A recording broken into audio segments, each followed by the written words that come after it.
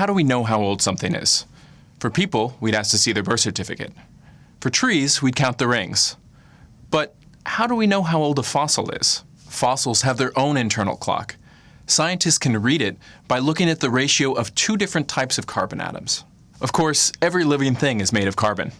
Plants grab carbon dioxide from the atmosphere and use it to form complex organic molecules. Animals get their carbon by eating these plants.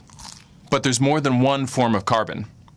Most carbon atoms have 6 protons and 6 neutrons. We call this carbon-12. High up in the atmosphere, sometimes cosmic rays hit nitrogen atoms. This creates carbon with 6 protons and 8 neutrons. We call this carbon-14.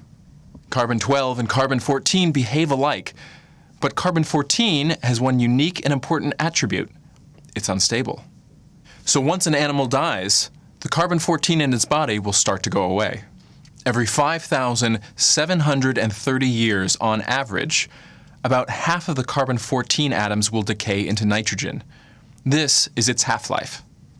After one half-life, the animal will have about half the amount of carbon-14 it started with. After another half-life, it will have about a quarter. And after another half-life, it will have about an eighth. By contrast, the amount of carbon-12 it has in its body will stay the same. By measuring the ratio of carbon-14 to carbon-12, we can measure how many thousands of years have passed since the animal died. Carbon dating works for fossils up to about 60,000 years old. For older fossils, scientists use unstable elements that have much longer half-lives.